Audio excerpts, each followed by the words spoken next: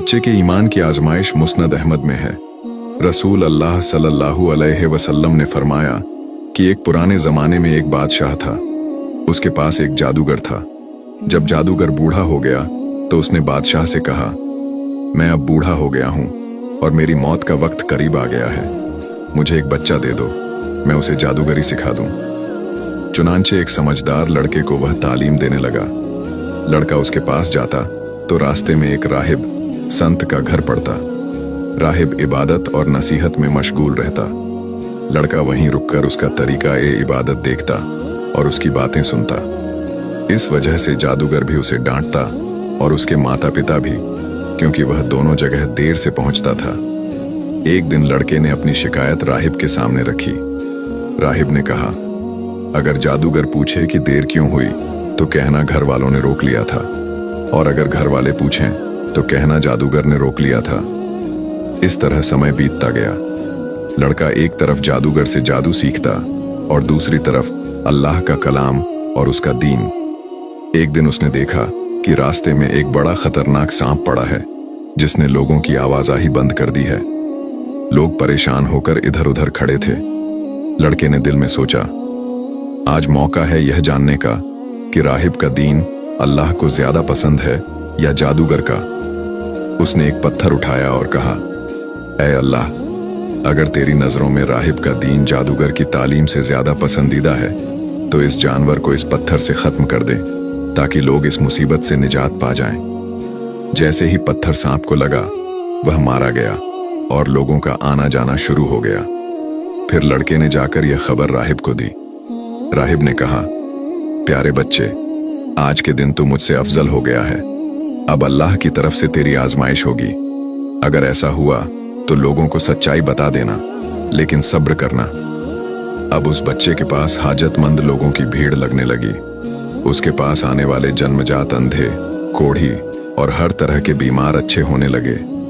बादशाह के एक अंधे वजीर ने जब यह सुना कि एक लड़का लोगों को ठीक कर रहा है तो वह बड़े तोहफे लेकर उसके पास गया। उसने कहा, मुझे ठीक कर दो, ये सारे तोहफे तुम्हारे हैं। लड़के ने कहा, शिफा ठीक करना मेरे हाथ में नहीं है। शिफा देने वाला सिर्फ अल्लाह है।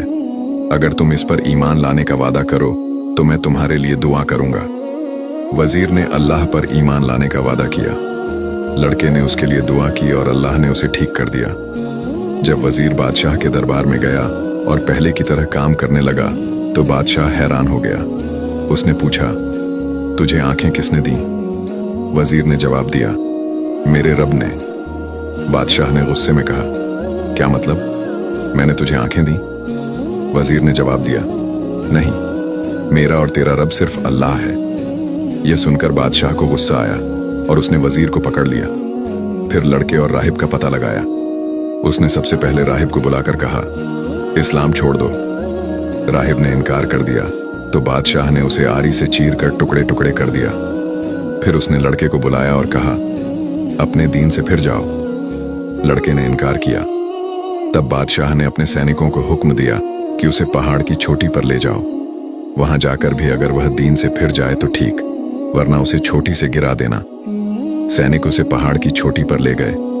लड़के ने अल्लाह से दुआ की, अल्लाहुम्मा अकफिनीहिम बिमा शीता, ऐ अल्लाह, जैसे तू चाहे मुझे इनसे निजात दे। अल्लाह ने उसकी दुआ कबूल की।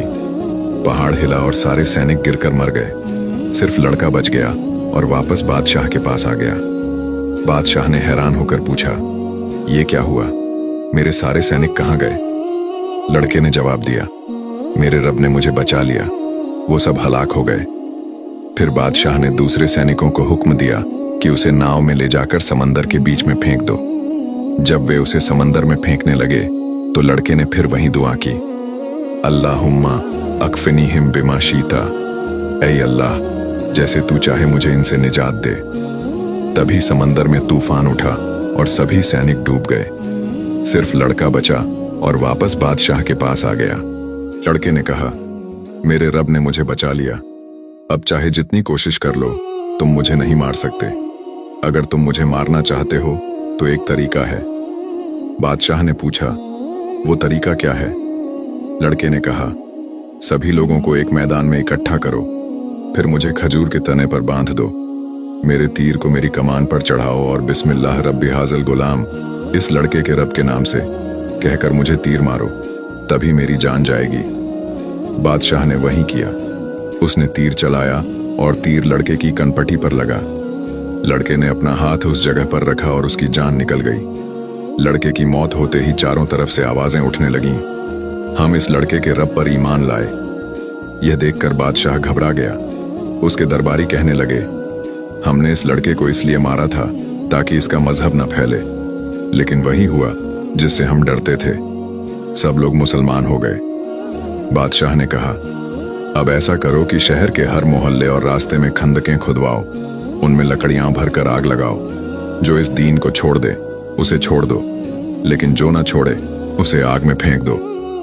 लोगों ने अपने दीन पर डटे रहकर सब्र किया।